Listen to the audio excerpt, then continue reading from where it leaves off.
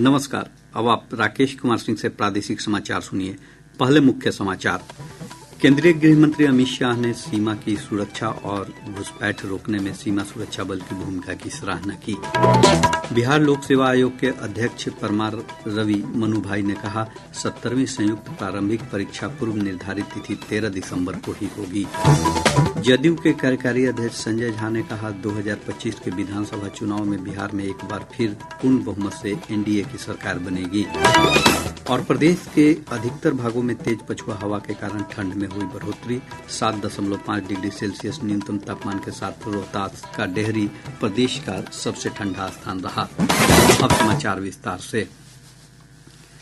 केंद्रीय गृह मंत्री अमित शाह ने कहा है कि सीमा सुरक्षा बल वीरता, शौर्य और बलिदान के दम पर 6 दशकों से देश की सीमा सुरक्षा की प्रथम पंक्ति को मजबूत करने में कार्यरत है। जोधपुर में आज सीमा सुरक्षा बल के 60वें स्थापना दिवस को संबोधित करते हुए श्री शाह ने कहा कि 1965 से देश की पूर्वी और पश्चिमी सीमाओं को सुरक्षित रखने में सीमा सुरक्षा बल ने उत्कृष्ट कार्य किया है। सीमा सुरक्षा बल ने हमारी सुरक्षा को चाक चौबंद रखा है और ये देश की बढ़ती हुई सुरक्षा जरूरियातों आपके बगैर ये पूरी करना ये असंभव है। इसीलिए 25 बटालियन से शुरू हुआ ये बल आज 193 बटालियनों तक पहुंचा है और 2,70,000 जवानों की संख्या वाला ये विश्व का सबसे बड़ा सीमा रक्षक बल है। इसका पूरे भारत को गौरव है। गृह मंत्री ने कहा कि प्रधानमंत्री नरेंद्र मोदी के नेतृत्व में देश के सुरक्षा परिदृश्य में बड़ा बदलाव आया है। श्री शाह ने कहा कि सरकार ने सीमा पर स्थित गांवों के लिए जीवंत ग्राम योजना शुरू की है, जिससे कि सीमावर्ती गांवों में रहने वाले लोगों को सम्मान, रोजगार और सभी मूलभूत सुविधाएं उपलब्ध कराई जा सके। बिहार लोक सेवा आयोग ने स्पष्ट किया है कि 70वीं संयुक्त प्रारंभिक परीक्षा की तिथि आगे नहीं बढ़ाई जाएगी। आयोग के अध्यक्ष परमार रवि मनु भाई ने कहा है कि 13 दिसंबर को प्रारंभिक परीक्षा होगी, जिसमें 4,80,000 अभ्यर्थी शामिल होंगे। उन्होंने कहा कि परीक्षा की सभी तैयारियां पूरी कर ली गई हैं। परीक्षा के लिए 1,000 से अधिक केंद्रों पर लगभग 30,000 सीसीटीवी कैमरे और जैमर पहले ही लगाए जा चुके हैं। आयोग के अध्यक्ष ने स्पष्ट करते हुए कहा कि आयोग के सर्वर में कोई तकनीकी समस्या नहीं थी। उन्होंने कहा कि जब फॉर्म भरने की अंतिम तिथि 18 अक्टूबर से बढ़ाकर 4 नवंबर की गई थी तो 15 दिनों की विस्तारित अवधि में लगभग 1,40,000 से अधिक छात्रों ने परीक्षा के लिए आवेदन किया था। बीपीएससी अभ्यर्थियों के एक प्रतिनिधि मंडल ने आज आयोग के अध्यक्ष से मुलाकात कर सर्वर डाउन रहने के कारण फॉर्म भरने का समय और परीक्षा की तिथि आगे बढ़ाने की मांग की। मुख्यमंत्री नीतीश कुमार ने पटना जंक्शन के पास निर्माणाधीन भूमिगत मार्ग और मल्टी लेवल हब का निरीक्षण कर अधिकारियों को निर्माण कार्य तेजी से पूरा करने का निर्देश दिया। मुख्यमंत्री ने कहा कि इस भूमिगत मार्ग का निर्माण पूरा हो जाने पर लोगों को पटना जंक्शन पहुंचने में काफी आसानी होगी। निरीक्षण के दौरान पटना के जिलाधिकारी डॉक्टर चंद्रशेखर सिंह और अन्य संबंधित अधिकारी उपस्थित थे। जदयू के कार्यकारी अध्यक्ष संजय झा ने कहा है कि 2025 के विधानसभा चुनाव में बिहार में एक बार फिर पूर्ण बहुमत से एनडीए की सरकार बनेगी।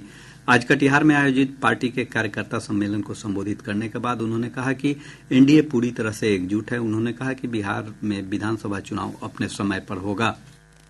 देगी जहां पे आप देख रहे हैं कितना उफान है लोगों में, और अभी बाई इलेक्शन भी हुआ। लोग चाहते हैं कि नीतीश कुमार जी के नेतृत्व में फिर सरकार बने, और खास करके जो डबल इंजन की सरकार है केंद्र में नरेंद्र मोदी जी और यहाँ नीतीश कुमार, ये एक ड्रीम कॉम्बिनेशन लोग सोचता है। और बिहार को इतना अभी मदद मिला पिछले बजट में, तो सबकी के मन में है कि बड़े मार्जिन से यहाँ एनडीए की सरकार फिर से दोबारा बिहार में। उप मुख्यमंत्री विजय कुमार सिन्हा ने कहा कि राज्य की एनडीए सरकार सभी लोगों के विकास के लिए प्रतिबद्ध है। श्री सिन्हा ने आज पटना में संवाददाताओं से बातचीत में कहा कि पूर्व में महागठबंधन की सरकार में प्रदेश में जो जंगल राज था उसे समाप्त कर दिया गया है। उप मुख्यमंत्री राजद नेता तेजस्वी प्रसाद यादव के उस बयान पर प्रतिक्रिया व्यक्त कर रहे थे जिसमें उन्होंने नीतीश बीजेपी की सरकार को लाठी डंडे वाली सरकार बताया था। बिहार का दुर्भाग्य रहा है कि जो लोग तेजस्वी यादव जैसे लोग परिवारवाद की जिम्मेदारी के अहंकार में ये भूल गए, जो अपना पसीना बहाकर बरसों तक तपस्या कर करके सेवा का संकल्प लेकर आता है, वो लाठी गोली की सरकार नहीं होती है। लाठी गोली की सरकार जंगल राज वाले थे, जो गुंडा राज स्थापित कर रहे थे, उनको हटाया गया और आज सेवा का भाव से काम करने वाले एनडीए की सरकार है। स्वास्थ्य मंत्री मंगल पांडेय ने कहा है कि 70 वर्ष से ऊपर के नागरिकों के लिए आयुष्मान कार्ड बनाने की विशेष व्यवस्था की गई है। स्वास्थ्य मंत्री पटना पुस्तक मेला में आयुष्मान योजना और एड्स नियंत्रण के स्टॉल का उद्घाटन करने के बाद संवाददाताओं से बात कर रहे थे। श्री पांडेय ने कहा कि राज्य सरकार की ओर से 10 दिसंबर तक आयुष्मान वय वंदना योजना के तहत वरिष्ठ नागरिकों का कार्ड बनाया जाएगा। आज वैसे प्रमुख साहित्यकार विद्वान जनों को यहाँ पे वो आयुष्मान कार्ड उपलब्ध कराया जा रहा है ताकि सभी इस योजना का लाभ ले सकें और इस योजना का प्रचार प्रसार भी हो रहा है और बिहार की सरकार की तरफ से 10 दिसंबर तक इस योजना के तहत कार्ड बनाने का विशेष अभियान भी चल रहा है। कांग्रेस के प्रदेश अध्यक्ष अखिलेश सिंह ने नीति आयोग की रिपोर्ट पर केंद्र और राज्य सरकार पर निशाना साधा है। पटना के सदाकत आश्रम में आयोजित संवाददाता सम्मेलन में श्री सिंह ने नीति आयोग की रिपोर्ट का हवाला देते हुए कहा कि विकास के मामले में बिहार 36वें स्थान पर है। उन्होंने आरोप लगाया कि नीति आयोग की रिपोर्ट जनता से छिपाई जा रही है। बिहार विधान परिषद के तिरहुत स्नातक निर्वाचन क्षेत्र के उपचुनाव की मतगणना कल होगी। इस उपचुनाव में कुल 18 उम्मीदवार चुनाव मैदान में हैं। इनमें जदयू के अभिषेक झा, राजद के गोपी किशन और जनसुराज के विनायक गौतम प्रमुख हैं। आर्थिक अपराध इकाई ईओयू ने राज्य स्वास्थ्य समिति की ओर से आयोजित सीएचओ परीक्षा में फर्जीवाड़े की जांच तेज कर दी है। ईओयू ने जांच के दौरान 5 दर्जन से अधिक फर्जी आधार कार्ड जब्त किए हैं। ईओयू के एक अधिकारी ने बताया कि जब्त आधार कार्डों की मदद से कितने बैंक खाते खोले गए और उनकी मदद से किन किन स्थानों पर पैसों का लेन देन हुआ, इसकी जांच की जा रही है। अधिकारी ने बताया कि कुछ लोगों के नाम मिले हैं जिनकी जांच की जा रही है। गौरतलब है कि सीएचओ के 4500 पदों के लिए परीक्षा आयोजित की गई थी, जिसे फर्जीवाड़े के कारण रद्द कर दिया गया है। प्रादेशिक समाचार आप आकाशवाणी पटना से सुन रहे हैं। ताजा समाचारों के लिए आप हमारे x handle AIR News _ Patna पर जा सकते हैं। केंद्रीय सड़क और परिवहन मंत्री नितिन गडकरी ने कहा है कि देश की तरक्की के लिए गांवों के किसान मजदूरों को समृद्ध करना जरूरी है। श्री गडकरी अमृतसर में सहकार भारती के राष्ट्रीय अधिवेशन के समापन समारोह को संबोधित कर रहे थे।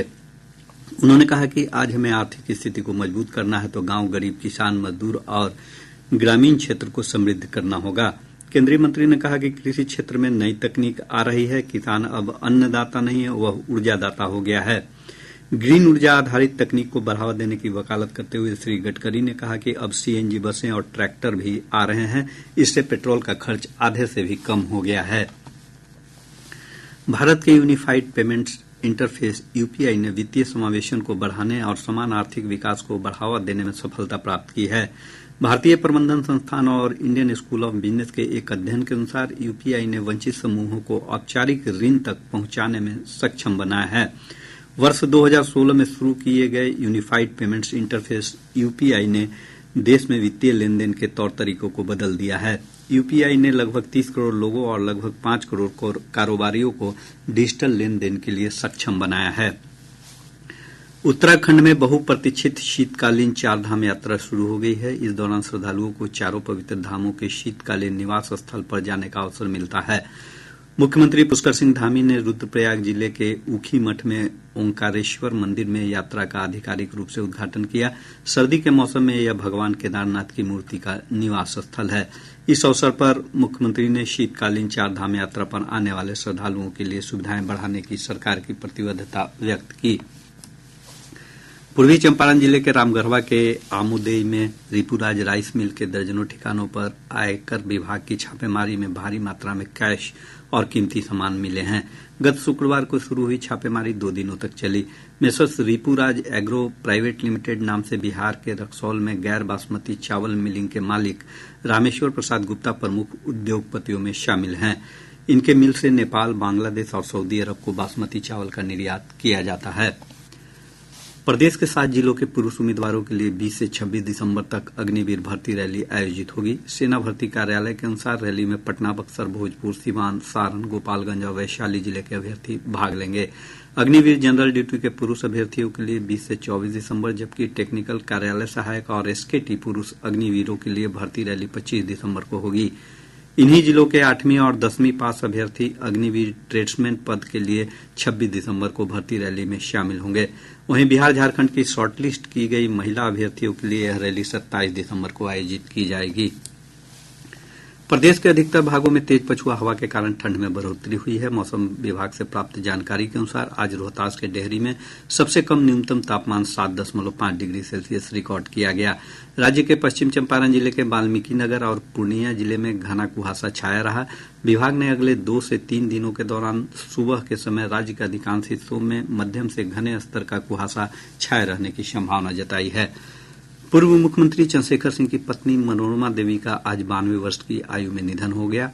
वह बांका से 2 बार सांसद चुनी गई थी। मुख्यमंत्री नीतीश कुमार ने पूर्व सांसद मनोरमा देवी के निधन पर गहरा दुख व्यक्त किया है। उन्होंने कहा कि वह एक कुशल राजनीतिज्ञ और धर्मपरायण महिला थी। कैमूर के पुलिस अधीक्षक ललित मोहन शर्मा ने कार्य में लापरवाही के आरोप में सोनहन थानाध्यक्ष राहुल कुमार दिनकर को निलंबित कर दिया है। राहुल कुमार की जगह पुलिस अवर निरीक्षक टिंकू कुमार को सोनहन का नया थानाध्यक्ष बनाया गया है। श्रम अधीक्षक जहानाबाद की ओर से गठित जिला धावा दल ने बिजली कॉलोनी में संचालित मोटरसाइकिल वर्कशॉप से 2 बाल मजदूरों को मुक्त कराया है।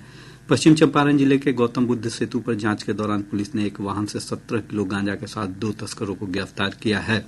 पूर्वी चंपारण जिले में पुलिस की ओर से विशेष अभियान चलाकर 136 मवेशियों को बरामद किया गया है। उत्तर प्रदेश के विक्रमगंज थाना क्षेत्र के रहने वाले एक वकील सर्वेश कुमार राय को मुंगेर पुलिस ने हथियार के साथ गिरफ्तार किया है।